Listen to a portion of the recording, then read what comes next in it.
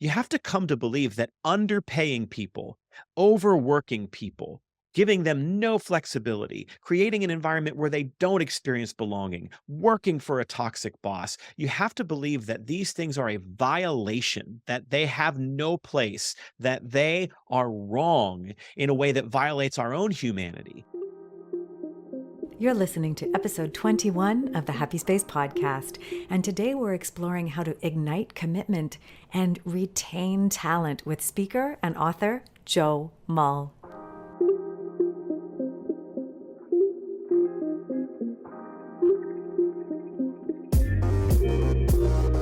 Welcome to the Happy Space podcast, where we talk about designing inclusive performance through the lens of a highly sensitive productivity catalyst. That's me, executive coach, speaker, and brand collaborator, Clare Kumar.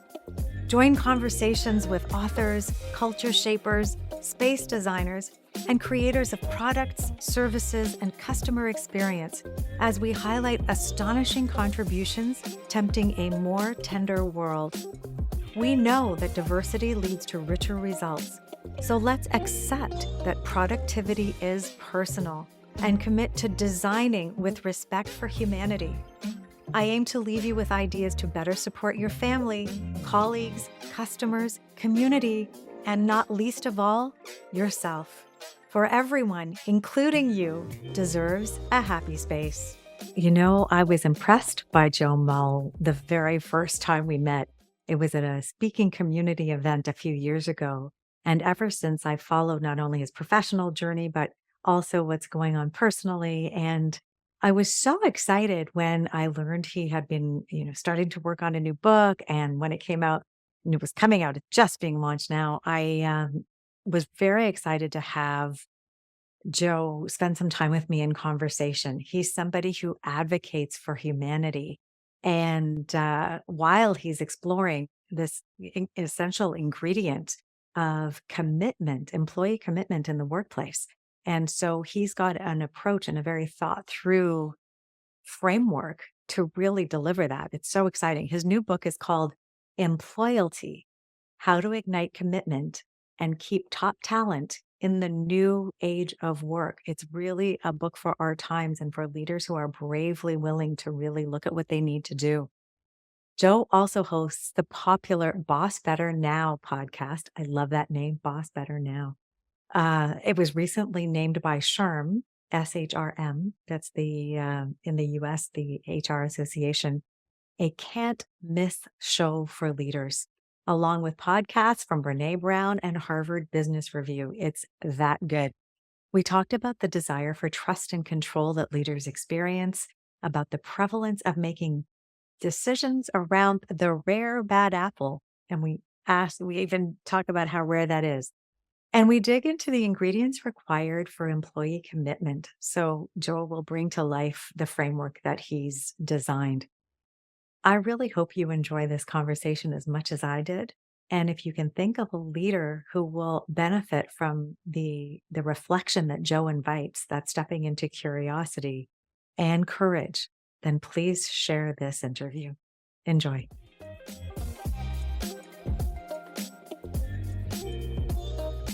So, Joe Mull, I am so thrilled that you're joining us today, author of Employalty, and I love smushed words. I want to start by asking you, what gave you the impetus to create this book and to smush the words together? Yeah, so there's two great stories behind this. And the first is, uh, so I've spent 20 years teaching leaders how to be better bosses and cultivate commitment in the workplace. And almost 2 years ago now, about a year and a half ago, I was on a podcast just like this, being interviewed by the host. And we had this really rich 30-minute conversation about where commitment comes from at work. And we got into so many different ideas and angles. And at the very end of the show, he said, "Okay, Joe, let's put a bow on this and let's get you out of here on this. In one sentence, wrap it up for us. Where does commitment come from at work?" And I went, I don't think I can give it to you in one sentence. As we just talked about, there are so many things we have to get right. And then I just kind of rambled, recapping that whole conversation we just had. And as I thought about that afterwards, I thought, we don't serve leaders and business owners well if we're not able to give them a one sentence answer to that question. And so I decided that that was really the next thing in all the work that I've been doing for these past few years was what is the simple, clear framework that Mm. engineers commitment at work, that attracts people to an organization and leads them to join and stay and care and try. And so I ended up marrying together the work I've done for a lot of years with what's happening in the job market right now in the Mm. aftermath of the pandemic. And I needed a word to capture this whole framework that we ended up building around that one sentence answer. And I came up with employalty. And employalty, you think it means employee loyalty, but it's actually a portmanteau of employer loyalty and humanity, right? We know that when employers make a commitment to creating a more humane employee experience, Yeah. that actually activates commitment at work for people. I love that you said that because how are you going to inspire employee loyalty? They've got to feel that you're caring long term, right? I think of back in Japan, how before the things shifted in about 1990, you were hired with the company, you stayed with the company, and the company was loyal to you. Is that kind of what Mhm. you're getting at here? Well, yes and no. I think that for so long there's been an expectation of a kind of a transactional relationship that employers expect to be more transformational, right? The expectation is that in exchange for employment, which I give you as a worker, you're going to give me back loyalty, dedication, effort. But if you've been employing people for more than 10 minutes, you know that's not really how it goes. There's some things we need to get right as employers, as leaders, if we really want people to be emotionally and psychologically committed to what we're asking them to do. And right now, what's happening is a massive recalibration of how work fits into people's lives, right? And after years of people being overworked and underpaid that were followed by a global pandemic that Yeah. created a kind of values reshuffling for people, a lot of folks look around and say, I don't like the role and the space that my work is taking up in my life. It's not allowing me to be with my family. It's not allowing me to Yeah. be at my best, to be healthy. I'm overworked. I'm underpaid. I'm exhausted all the time. Something has to give. And so all of these things sort of have baked into the pie at this moment to create a demand for a more humane employee experience. What people are pursuing right now are upgrades to quality of life. Hmm. If you think about everybody that you've talked to who has changed jobs in the past 2 years and you ask them, why, you get a whole bunch of answers, Claire. You get, I need better pay. I want more fulfilling work. I want a better commute, a less toxic team, a better boss. I want a better career path. I would argue that all of those answers roll up to one bigger idea, which is that I am looking for an upgrade to my quality of life. Yeah. I talk about that a lot, actually. You're bang on. I think we continually try and better our situation, whether it be financially or the conditions. I remember when I lived in Tokyo, I trailed my then husband out there, and he was controller in an organization, and I was like, oh, what am I going to do? Tried teaching some English classes and realized I was doing more harm than good. But what I noticed in that was I would watch other, foreigners there teaching classes, and they would have a roster of clients. They would have to travel an hour and a half east, and then the next day they would be traveling an hour and a half west, and then a 45-minute commute, just all jumbled and very energy consuming. And as they stayed there, they got a client closer to where they lived. So it wasn't Mhm, always about money. It was around the mhm, conditions or what I call the construct of work, right? mhm, And mhm. yeah, so I think it's human nature. And I remember I was asked in an interview once, well, it was talking about how to be the point I was making about bettering, being appealing to someone who was in a lower paying job. And I said, it's kind of universal. We're always just trying to get a little bit better. So I love that you're noticing that. And that's exactly what I think that's happened. And especially in the last little while, I call it workplace myopia, where work Mm, continued to dominate and take more of people's lives and erode their personal lives. Everyone got to have a little pause and get mhm, back in touch with what gave them value and the richness and fulfillment of life more broadly. Hmm. So in your framework, which I love, so it's not a one sentence answer now. It's here's a framework and here's a book, right? Well, it Um, did evolve. Yes, there is still one sentence though in terms okay. of where commitment comes from at work. So we analyzed more than 200 research studies and articles on why people quit or take a new job or stay long Mm. term with an organization in a post-COVID world. And we kept coming back to three giant factors. So I'm going to give you, if I was going to be able to go back in time onto that podcast and that gentleman asked me, all right, Yeah. Joe, in one sentence, where does commitment come from at work? Here's what I would say.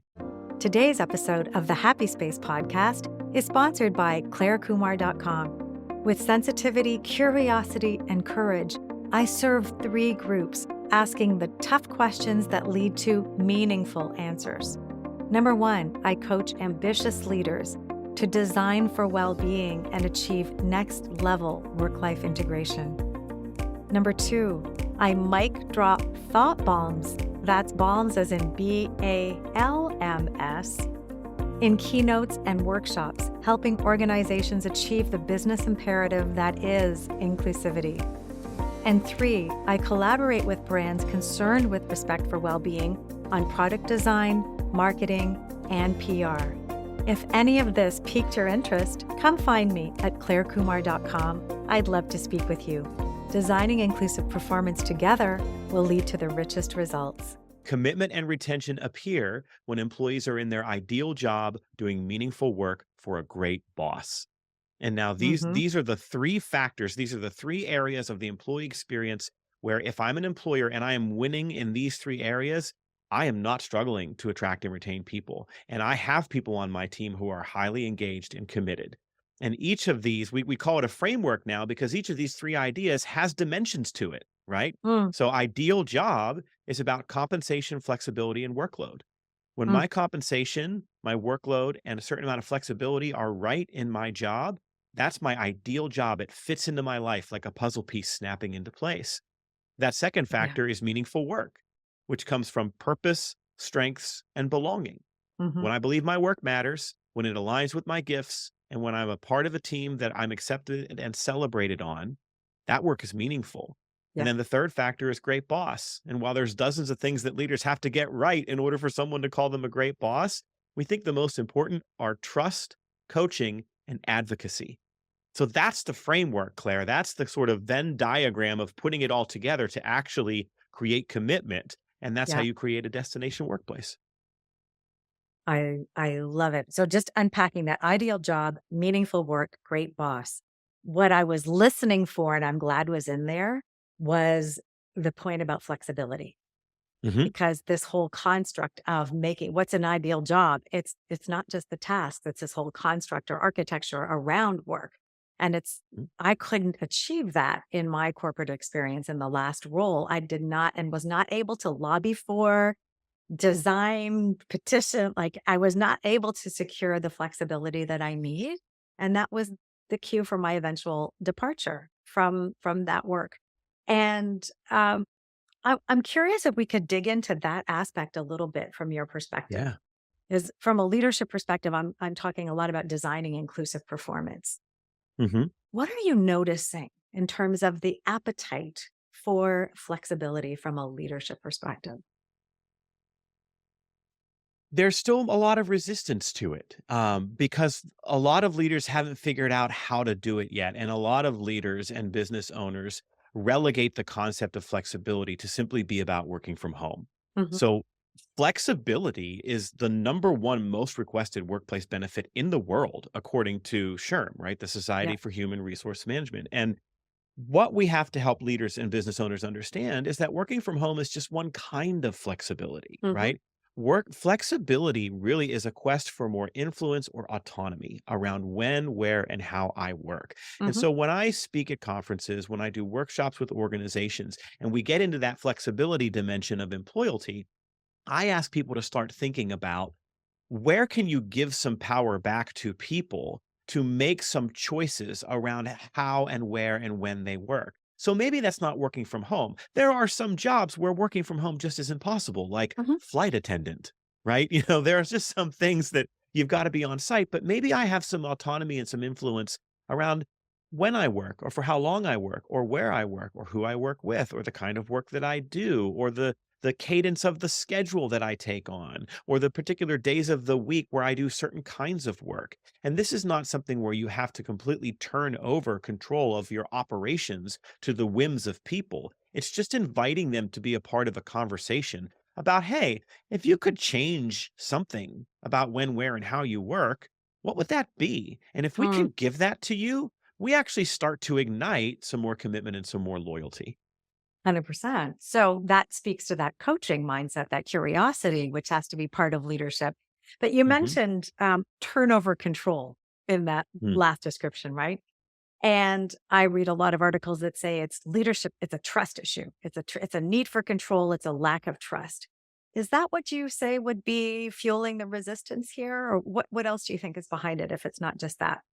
I do think that's a part of it. I'm reminded of a conversation I had. I was doing a keynote for a hospital organization in California last year, and I wrote about this in the book. I had an administrator come up to me afterwards, and he said, "Here's the thing about remote work, man. Like, you can't see them. You don't know what they're doing. You don't know if they're double dipping. You don't know if they're getting away with murder, if they're just folding laundry. Like, I just can't get next to the idea."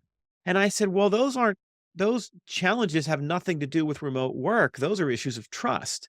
You know, what we have experienced for the past couple of years, especially since the pandemic, is that leaders tend to design systems and make decisions based on the fear of the rare bad apple, Hmm. rather than on assuming that most of my workforce are people with integrity, are people with scruples. And so then we impose these complex systems and when we think about remote work, for example, of monitoring, right? Some of the stuff that you hear about these days, watching people on cameras, counting keystrokes, like touch Hmm. bases online every hour, it's absurd. And when you create these systems that are designed to catch someone who's trying to get away with something, it sends a really powerful message to people, which is that we don't trust you.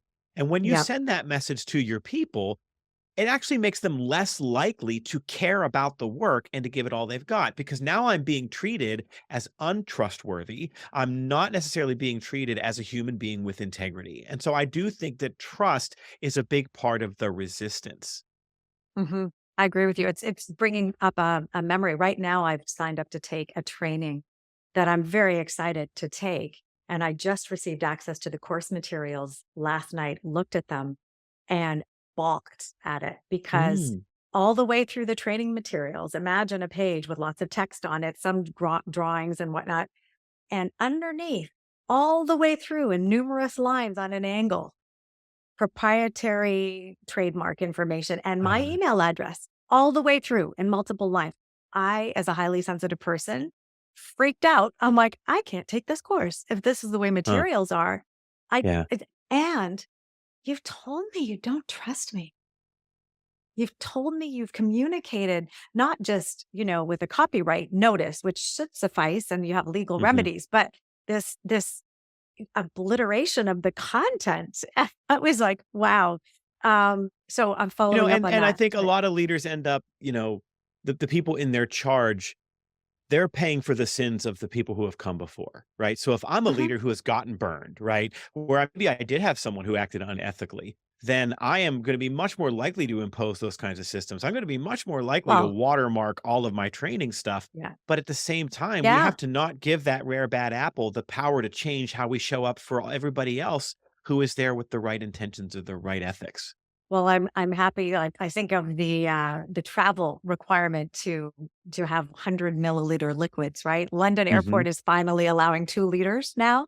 And it's Oh the boy. bad apple that in 2006 that came in and has really messed up a lot of people. I don't know how much stuff has been Right. thrown out, but yeah, the rare bad apple. Do you have any insight as to what that number is or a percentage? Because I've had a leader recently, C-suite leader, tell me, it's not 2%, but Hmm. they couldn't quantify it. And so this inability to say, to assess the risk, I think is also part of this.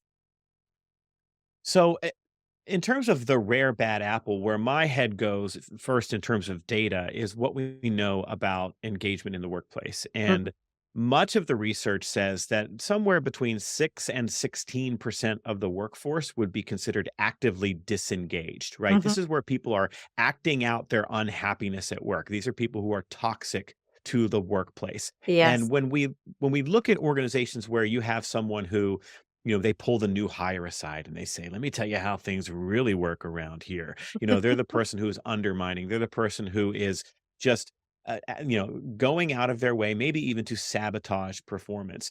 And on the one hand, it sounds scary. Maybe that isn't a rare bad apple, Joe. Maybe that's, 16%. That's like 1/6 of my people have the potential to sit in that bucket. Hmm. But there's a chicken and the egg conversation here.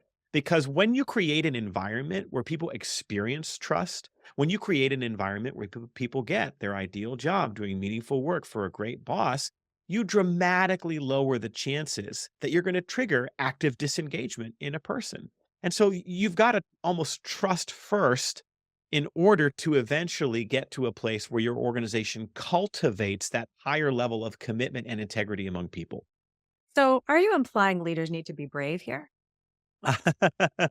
And they maybe need to have a little bit of faith in people. And, are you going to get burned every once in a while? Yeah, probably. But, people generally do a great job when they believe they have a great job. People tend to treat their employers well when their employers treat them well. And if we can operate that from that basic system, if we can Yeah. ask ourselves, what would make this place the very best place to be a blank? Whoever it is you're employing, that Mhm. actually starts you down the path of solving the right problems.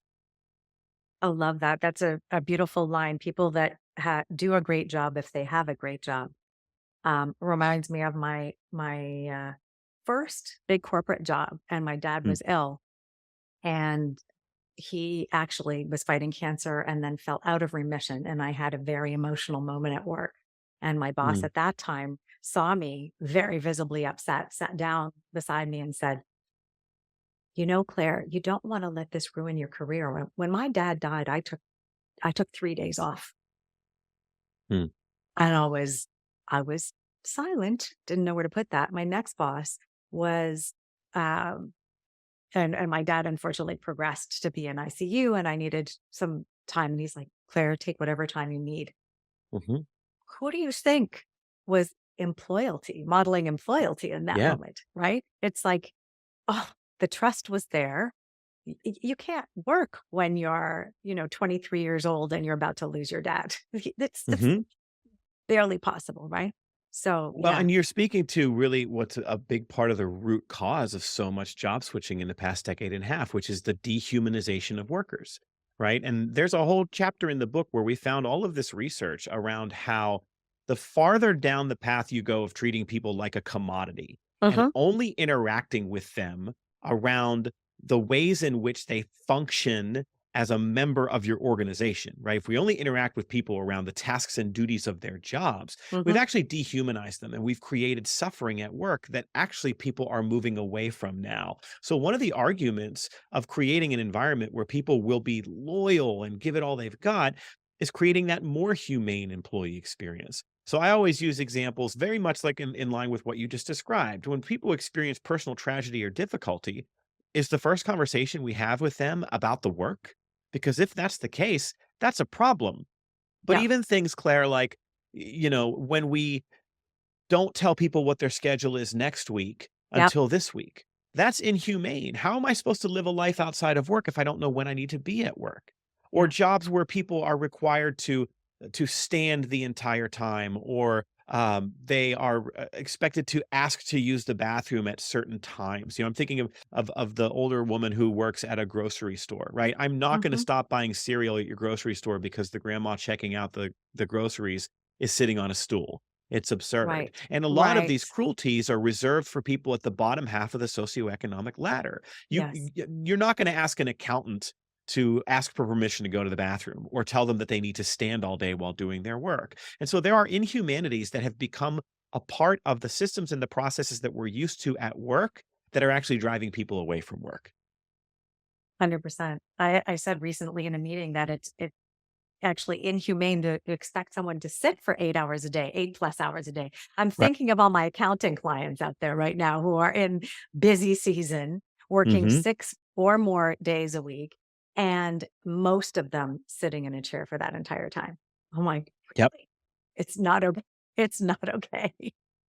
And really having that core belief system is probably the most necessary ingredient of employalty, right? I can give you this scorecard. I can run down the three factors: ideal job, meaningful work, great boss. We can look at the dimensions of all of those. And I can send you back to your organization and say, work hard to engineer these things, and you're going to find and keep devoted employees.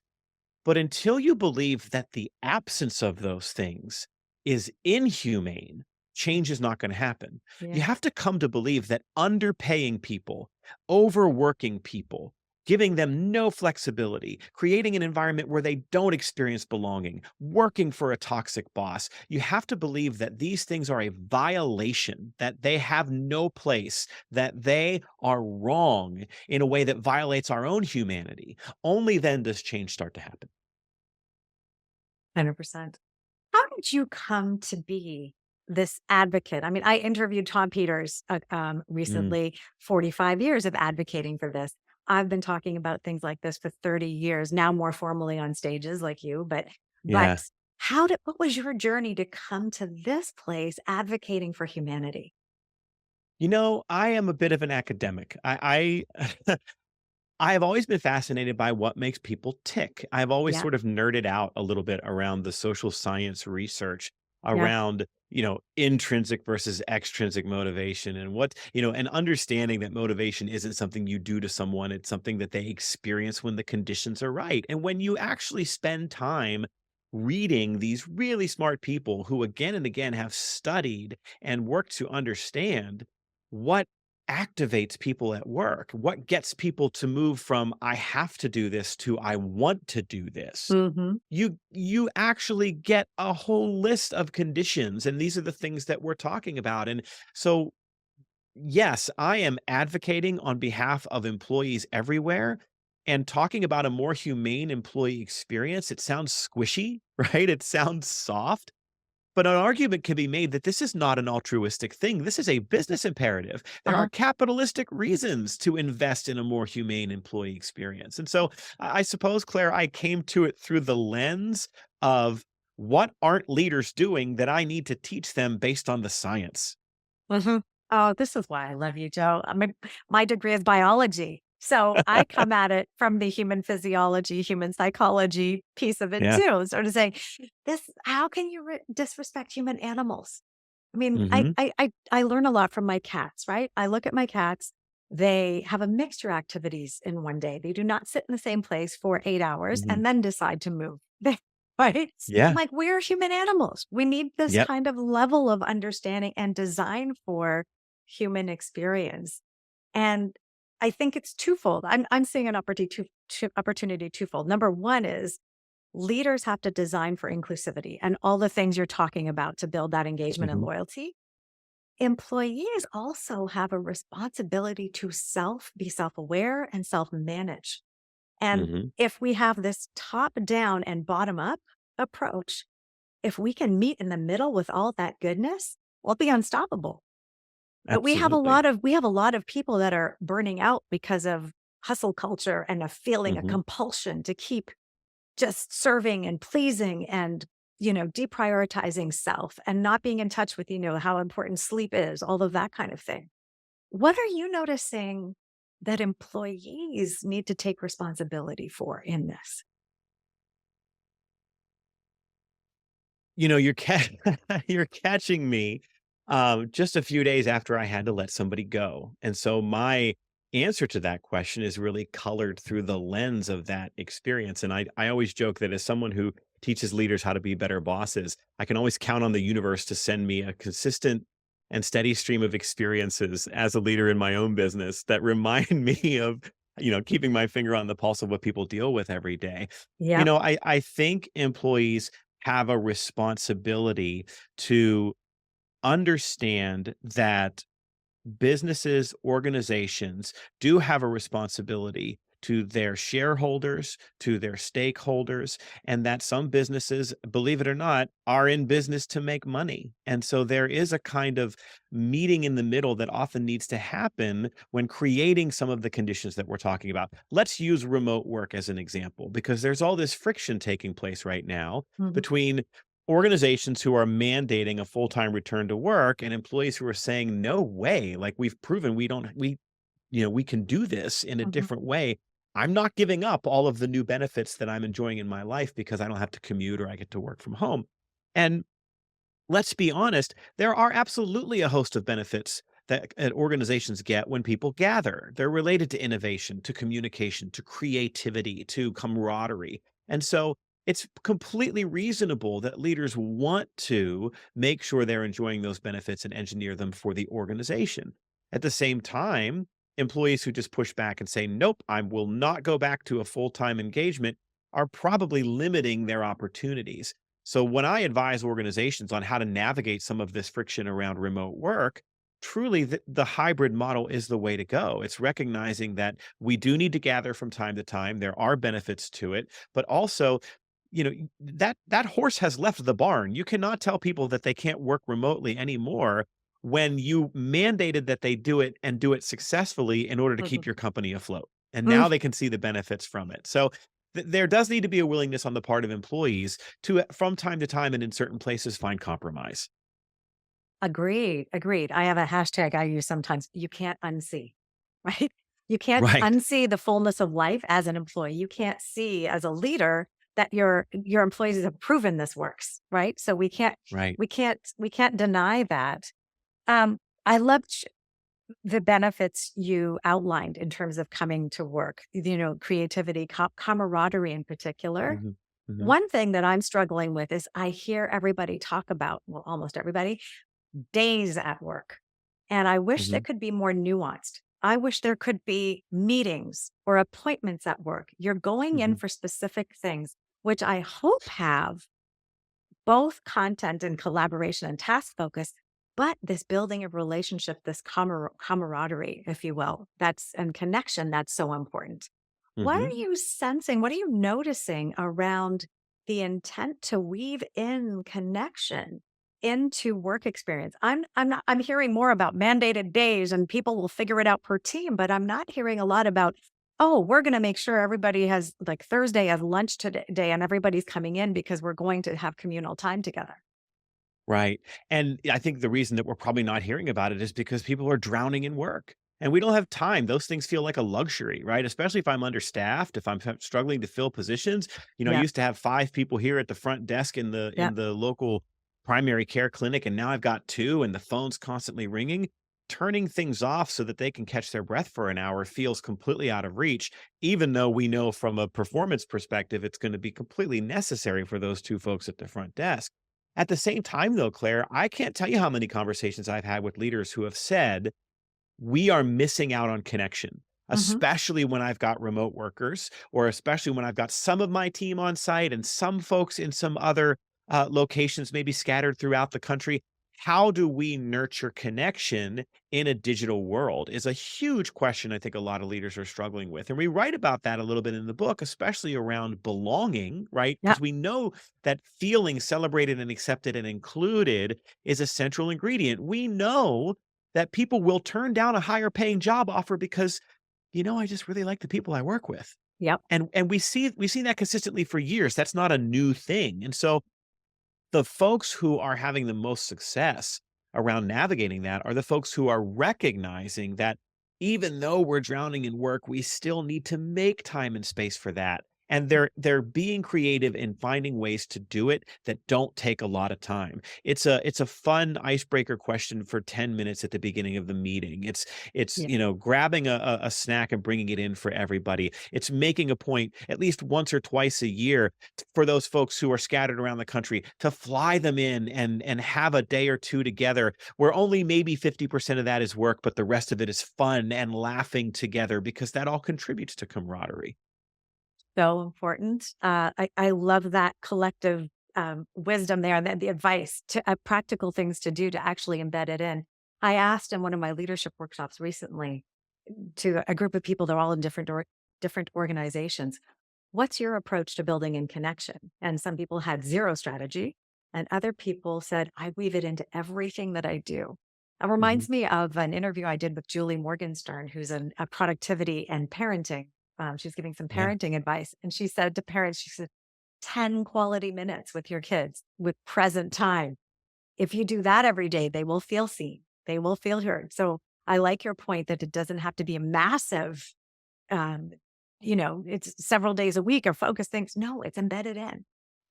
And a couple years ago, before I wrote this book, I wrote a book called No More Team Drama. And it was really to answer a question: why do some teams become high performing, close knit groups while others become mired in drama and dysfunction? And one of the core pieces of advice that we give in that book is that leaders need to make time and help members of teams find things in common with each other that have nothing to do with work. And when you Right. do that, when you engineer that, we access each other's humanity. Hmm. And when that happens, we become more forgiving, more tolerant, right? So if Claire, if you and I figure out that we have a mutual love of running or hiking or fishing, or we've got kids the same Yeah. age or whatever, we find something that you and I share in common and we're able to converse and connect around that, then when I screw up, it's much more likely that you're going to go, oh, Joe's a good person. He's just, had an off day. And you're going to be Yeah. more forgiving because you've accessed my humanity in that way. So Yeah. even just that simple idea of creating opportunities for people to find things in common with each other that have nothing to do with work is a Yep. path to that connection. Agreed. Agreed. In 2001, I think it was, I was working in a telecom company and my team was in three different cities. I was in the fourth city. And I came up with the idea, I think we need an intranet. We need an Mm, intranet where we can share personal information. So now I can know more about Joe and I can know yeah. he has kids and that he's, what he did, that he likes to sing and that I, because then I'm going to care.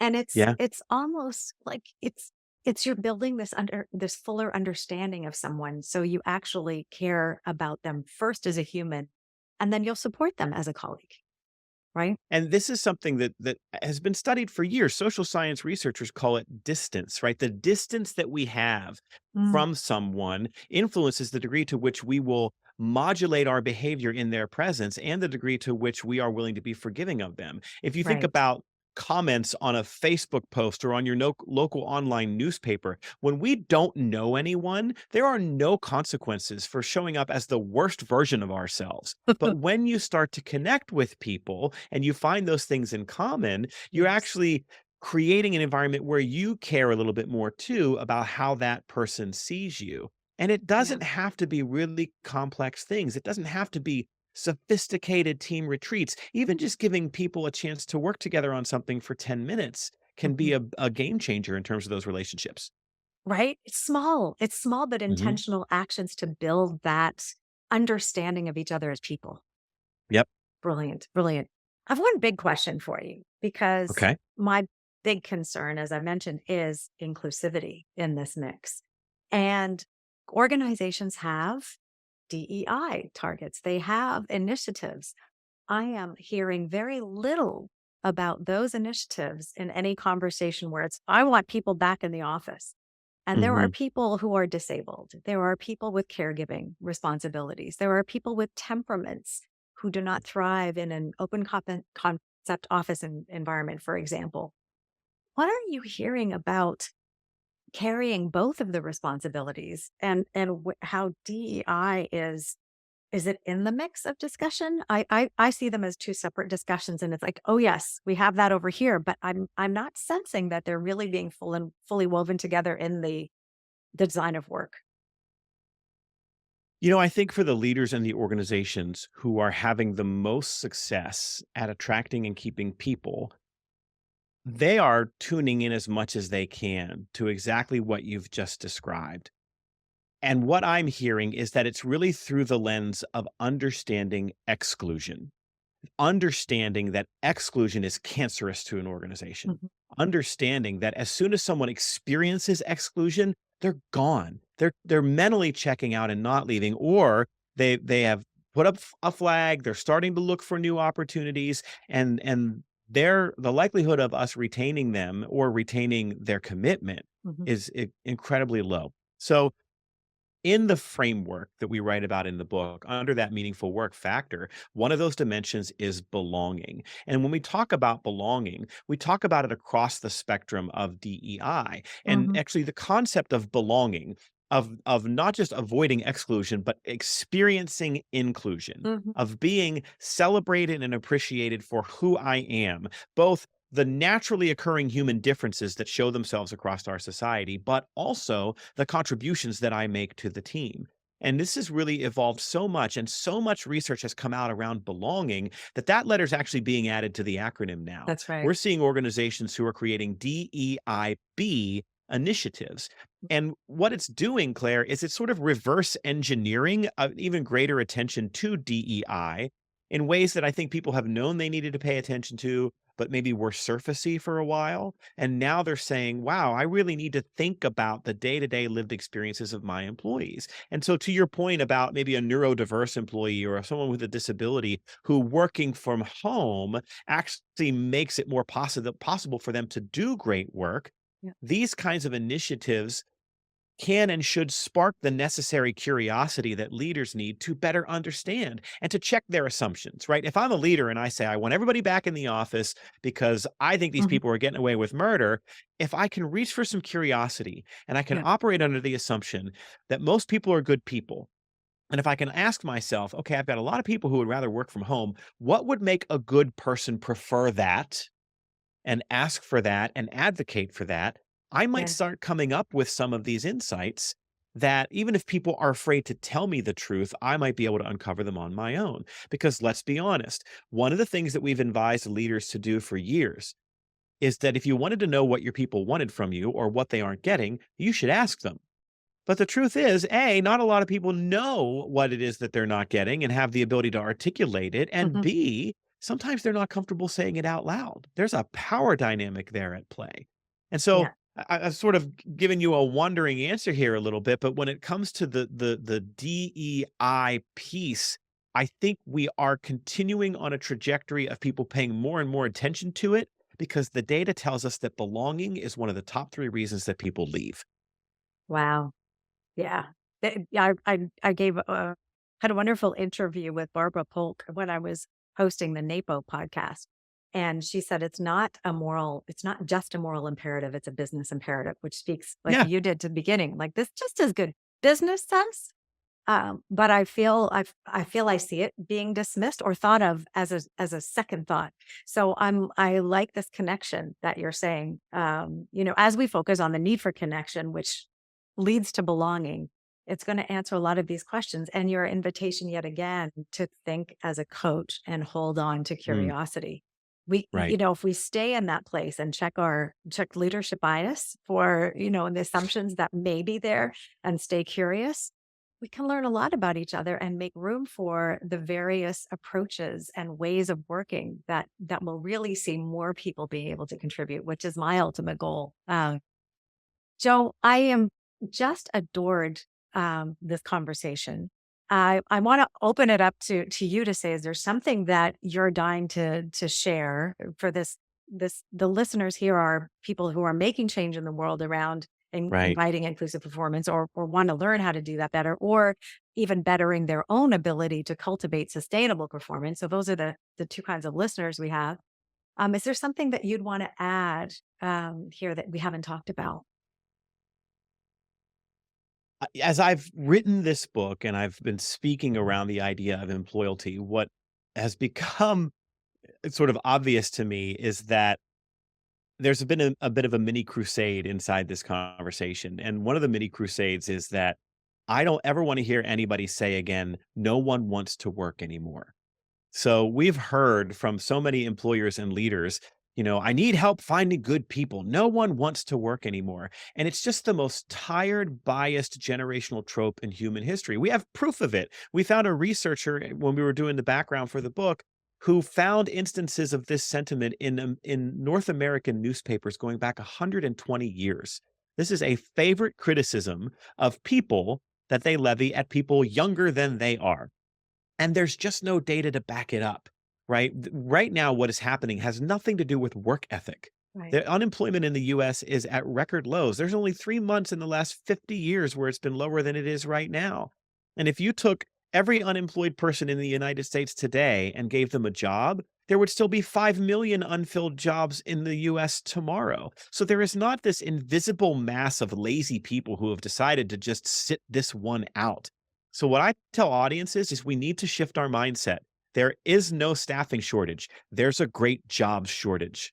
And when you start to figure out that the issue, if you're unable to attract people, isn't that no one wants to work, it's that they don't want to work for you. And when you figure that piece out, maybe you can start fixing the problems that prevent people from wanting to raise their hand and be a part of your team. That deserves a beat. That, and you deliver it so well, I think, with so much compassion of your own and your understanding of leadership in your own journey. So I'm really hoping leaders out there are going to listen to this and be invited to stay in that curiosity, not only about their employees, but about themselves and what Yeah. opinions and assumptions are being carried forward, which may or may not be serving you. Right. So yeah, Joe, tell everybody how they can find more about you, how they can find about your speaking work and this work, the book, all of it. Just lay down where you would like people to go to find out more. Oh, thank you so much. That's so generous. So the book can be found anywhere you like to buy your books. It's certainly on Amazon, it's on Barnes and Noble, but if you want to support your local bookstore, you can head over to indiebound.org and you can source a book from your local independent bookstore. We're big fans of those indies. If you want to look for me online, you can find me at joemull.com, JOEMULL.com. Well, Joe, you've given us lots to mull over, and Oh, I see what you did there. yeah, and like for the probably millionth time in your life. I'll take it. I'm good with it. Joe, really, I've been impressed with you ever since we met the first time a few years ago, and have been really privileged to follow your work. And I'll be celebrating you out there and looking for the mindsets to change. And more employers do become that job that people are, the organization people are looking for and the work that people are really proud and motivated to do. So thank you for your great work and contributions. Oh, well, thank you, Claire. This has been a lot of fun. Thanks for having me.